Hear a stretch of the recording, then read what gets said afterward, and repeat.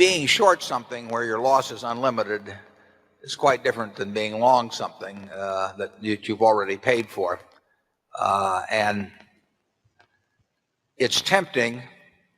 You see way more stocks that are dramatically overvalued in your career than you will see stocks that are dramatically undervalued. I mean, it's the nature of securities markets to occasionally promote various things to the sky, so that securities will frequently sell for 5 or 10 times what they're worth, and they will very, very seldom sell for 20% or 10% of what they're worth. So therefore, you see these much greater discrepancies between price and value and on the overvaluation side.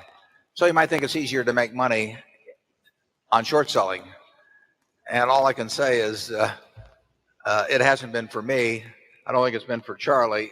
It is a very, very tough business because of the fact that you face unlimited losses, and because of the fact that people that have use that very valuation to bootstrap value into the business. Because if you have a stock that's selling at 100 that's worth 10, obviously it's to your interest to go out and issue a whole lot of shares.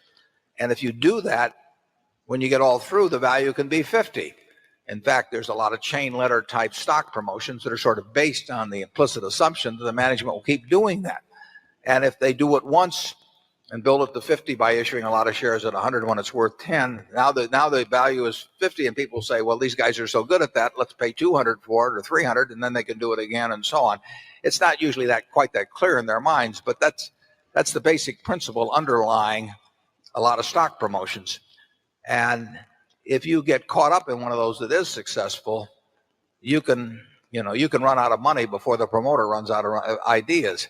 In the end, they almost always work. I mean, I would say that of the things that we have felt like shorting over the years, the batting average is very high in terms of eventual. They would work out very well eventually if you held them through, but it is very painful, and it's in my experience, it's a whole lot easier to make money on the long side. I had one situation, actually an arbitrage situation, when I moved to New York in 1954, so it was about June or July of 1954, that involved a surefire type transaction, an arbitrage transaction that had to work. But there was a technical wrinkle in it, and I was short something, and I felt like for a short period of time, I felt like Fanova was feeling last fall. I mean, it was very unpleasant. You can't make, in my view, you can't make really big money doing it because you can't expose yourself to the loss that would be there if you did do it on a big scale. And Charlie, how about you? Well, Ben Franklin said if you want to be miserable, during Easter or something like that, he says borrow a lot of money to be repaid at Lent or something to that effect. And similarly, being short something, which keeps going up because somebody is promoting it in a half-crooked way and you keep losing and they call on you for more margin, it just isn't worth it to have that much irritation in your life. It isn't that hard to make money somewhere else with less irritation. It would never work on a Berkshire scale anyway. I mean, you could never do it for the kind of money that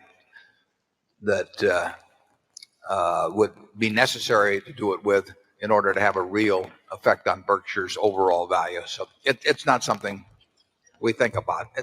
It's interesting, though. I mean, I've got a copy of the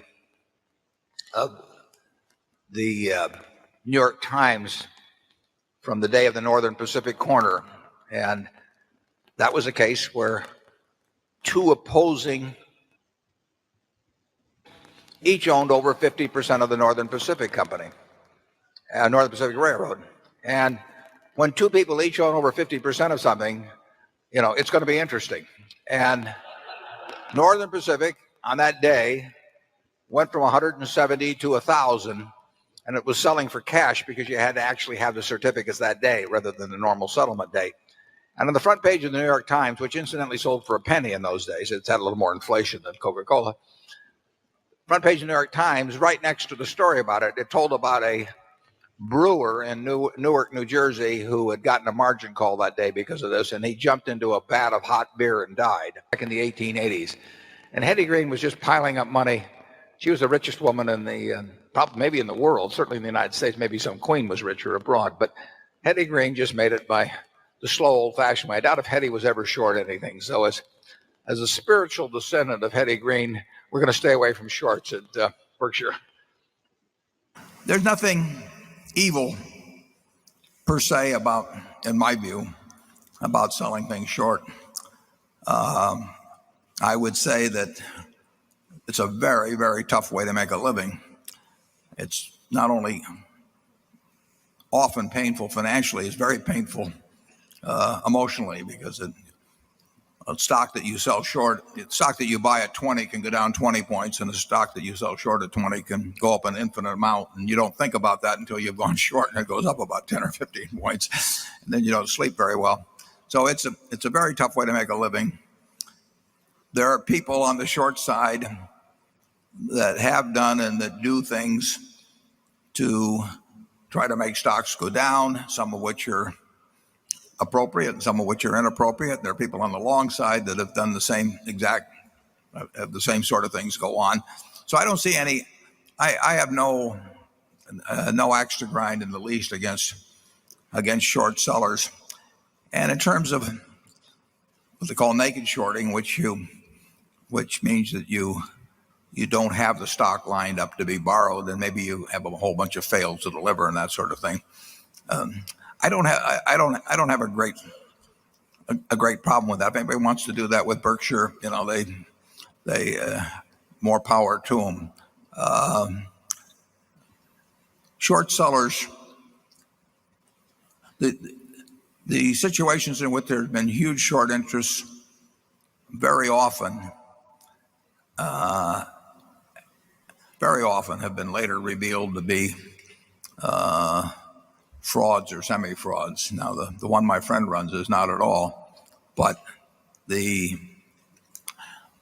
batting average. I mean, over the years, I probably had 100 ideas of things that should be shorted, and I would say that almost every one of them have turned out to be correct. And I'll bet if I'd tried to do it and make money out of it, I probably would have lost money. I would have had no fun, and the opportunity cost, as Charlie said, would have been enormous. Because if somebody's running something that's semi-fraudulent, they're probably pretty good at it, and they're working full time at it, and they've succeeded for a while, and they may keep succeeding. And if they succeed and you go in at X and it goes to 5X, all you're hoping after a while is that it goes back to X again or something of the sort. It's a very tough psychological game to play. Few people may be well suited for it.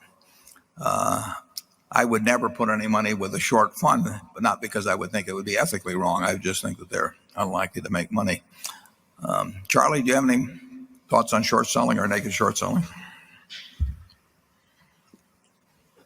Well, I think you're absolutely right there, in the sense that that would be one of the most irritating experiences in the world, to figure out something is crooked and foolish and so forth,